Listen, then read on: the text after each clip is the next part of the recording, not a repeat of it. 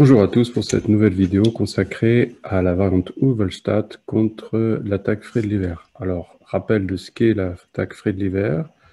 Après E4-5, cavalier F3, cavalier C6, fou C4, cavalier F6, cavalier G5. Alors, cette variante pose beaucoup de problèmes aux noirs, surtout lorsqu'ils sont peu préparés.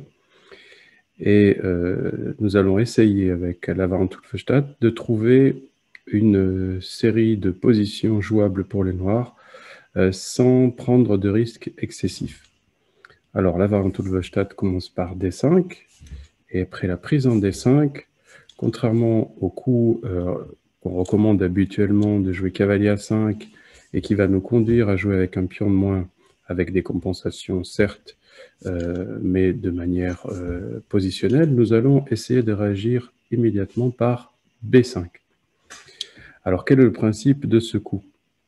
Évidemment, en premier lieu, attaquer le fou, mais essayez aussi de le dévier de la protection de la case D5, du pion D5, pour pouvoir reprendre avec la dame. Premier exemple, si les blancs acceptent le pion, dame prend D5, avec ici une double attaque, une fourchette sur le fou B5 et le pion G2. Pion G2 qui est une cible privilégiée puisque avec la dame en G2, nous allons attaquer la tour H1 et peut-être mettre en difficulté le roi blanc. Dans cette situation, les blancs peuvent laisser le pion G2 et jouer cavalier C3 afin de protéger le fou. Après dame prend G2, les blancs réagissent, ils peuvent réagir par tour F1, mais on voit qu'après fou D7, ici fou C4 serait une faute, puisque on peut prendre le cavalier qui est resté sans protection. Donc après dame prend G2, les blancs réagissent la plupart du temps par dame F3, dame prend F3, cavalier prend F3, maintenant il faut s'occuper du cavalier qui est toujours en danger, fou D7, et la situation s'est équilibrée au niveau du matériel. Les noirs ont peu de soucis, vous voyez qu'ils ne perdent pas le pion E5 ici à cause du clouage du cavalier F3, et sans aucun doute, après un jeu de développement, les noirs auraient une position tout à fait correcte. À la place de cavalier C3, les blancs peuvent tenter de prendre le cavalier, dame prend, et ici, toujours les blancs doivent penser à défendre ce pion, ils peuvent faire le roc. Et ce qui est intéressant aussi avec les noirs, c'est qu'on commence à découvrir un des thèmes majeurs de la variante Ulvelstadt, qui est l'exploitation de cette diagonale. Et on voit que placés comme ça, le fou et la dame vont être une arme très dangereuse pour les blancs. Ici, et deuxième thème aussi qui est intéressant, qui complète cette attaque sur la diagonale, c'est la possibilité de faire le grand roc et de mettre en action très vite les pièces noires. Ici, l'attaque serait très dangereuse avec des possibilités, vous voyez, plus tard, de venir continuer par fou C5, E4, voire même développer une attaque avec les pions H et G. Donc, les compensations ici seraient très profitables aux noirs. À la place de petit roc, les blancs préfèrent dame F3. Ici, il faut réagir très vite avec les noirs, E4, dame B3. Alors, c'est un moment crucial dans cette variante, puisque les blancs attaquent le pion F7, et il faut réagir ici à cette attaque. On a des difficultés à défendre le pion F7. Si on joue fou E6, on voit très bien que cela ne va pas être très favorable aux noirs, cette situation. Donc on peut laisser le pion F7 et on peut le laisser de deux façons, en privilégiant le développement. On peut par exemple jouer H6, avec ici une situation qui pourrait assez vite dégénérer pour les blancs s'ils prenaient avec la dame. Ce qui a l'air pourtant naturel. Mais après roi D8, voit que ce cavalier a de grandes difficultés, est obligé de venir en H3. Alors, on peut se diriger vers l'échange immédiat ici et ensuite E3 avec des possibilités. On voit qu'on a une attaque à la découverte. Il existe aussi une autre option qui est dans cette situation de jouer tout de suite E3. On voit qu'on menace fou prend H3, mais n'oublie pas non plus la menace secondaire qui est de prendre C2. Et les blancs vont être dans de grandes difficultés. On voit ici que le fou est enfermé, et après cavalier C3, un coup simple comme fou D6, qui en lui-même ne menace pas quelque chose directement, mais va permettre à la tour de venir en jeu, et l'attaque va être très difficile. Si par exemple dame prend, juste on peut continuer ici, et on voit que les blancs sont maintenant perdus. Donc dame prend F7 ne représente pas un grand danger pour les noirs, bien au contraire, c'est plutôt les blancs qui vont se retrouver en difficulté. Mais ils ont une autre option qui est de prendre avec le cavalier, et après fou E6, qui a l'air gagnant, mais en fait ils ont une défense, c'est cavalier E5, une contre-attaque sur la dame, et les noirs peuvent continuer à échanger ici, et dans cette situation, on peut aussi considérer que les noirs, malgré le pion de moins, ont des compensations avec la paire de fous, l'occupation du centre et plus grande mobilité des pièces, puisqu'on voit que les blancs ont encore sorti très peu de pièces de leur première rangée. Alors ça, c'est une option pour les noirs intéressante. Il en existe une autre. On peut jouer fou C5 en se désintéressant complètement du pion F7. Et après dame prend F7, roi D8. Et si par exemple les blancs continuent à faire acte de gourmandise, et bien après tour G8, ici leur situation est très compromise. À la place de dame prend G7, on peut regarder une autre variante. Si par exemple il roque, eh bien on continue quand même par tour F8 et tour G8.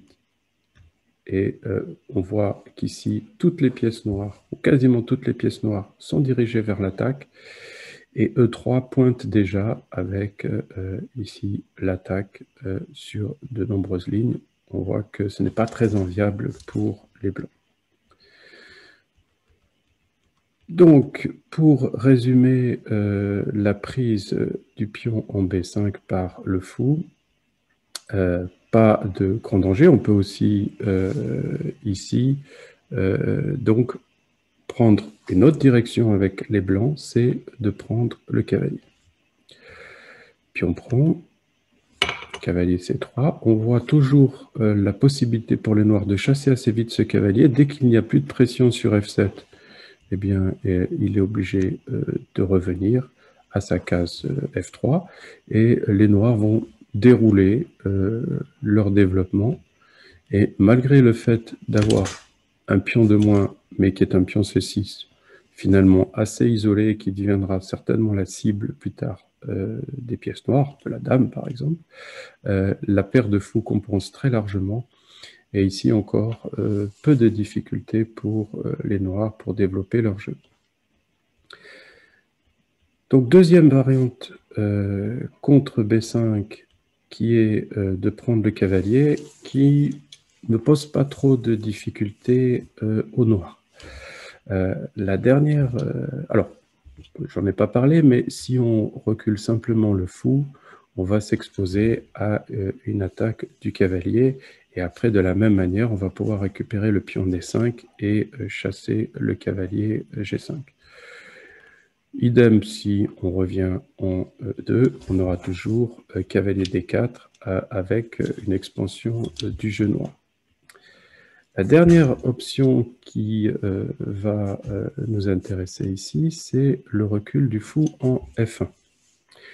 Alors, dans cette situation, on retomberait en jouant cavalier D4 dans la variante Fritz. Mais comme je l'ai dit au début, je souhaiterais rester dans l'optique de la variante Ulvestadt et garder voilà, cet esprit sans retomber dans cette variante. Donc à la place de cavalier D4, on va étudier cavalier prend D5.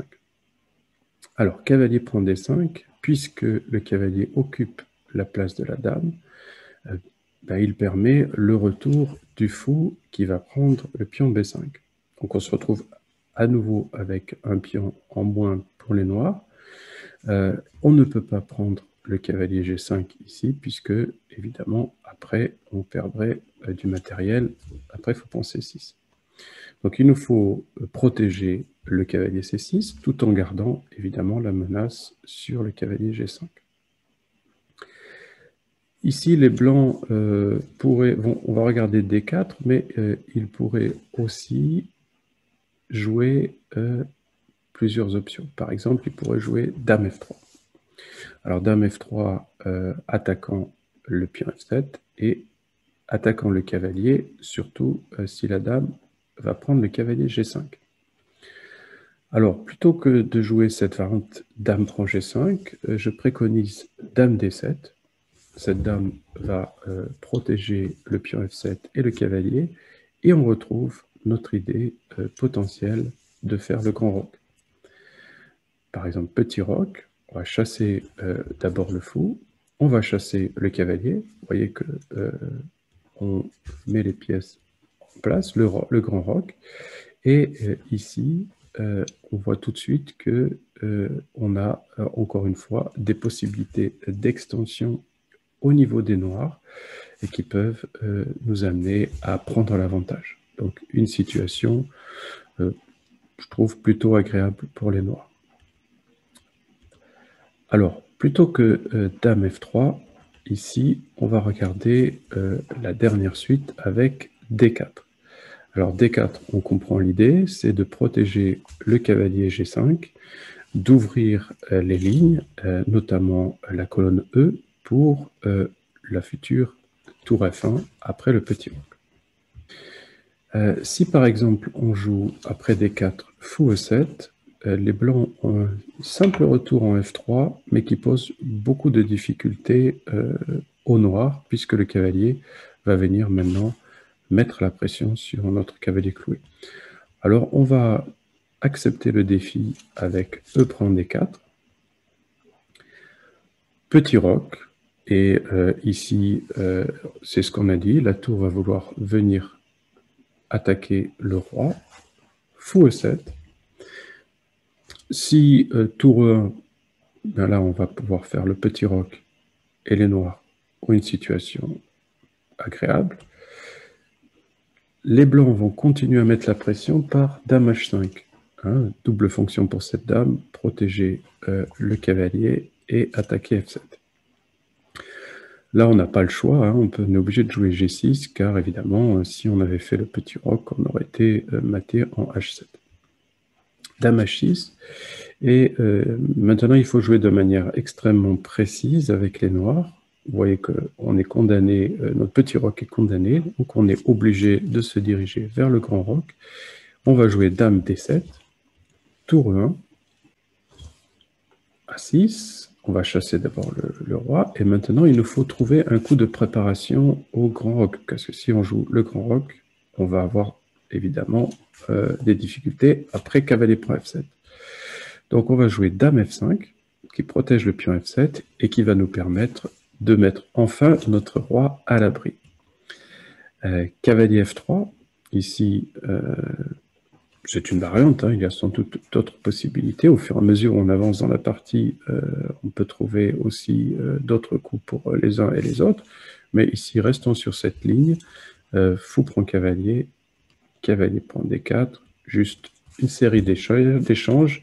Les blancs ont éliminé le fou de case blanche noire qui quand même représentait un danger, mais ils sont toujours en retard de développement. Nous avons un pion de moins avec les noirs, mais une situation qui peut être suffisante pour envisager des compensations, notamment par F5, l'attaque sur C2 et le fou qui va pouvoir aussi se développer. Donc, cette variante, c'était pour rester dans l'idée de la variante Ulvestadt, qui, lorsqu'on se retrouve à lutter contre l'attaque Friedliver, me semble une orientation tout à fait jouable et qui, en tout cas, peut aussi créer de nombreux dangers pour les Blancs. Merci pour votre attention. À bientôt pour une nouvelle vidéo.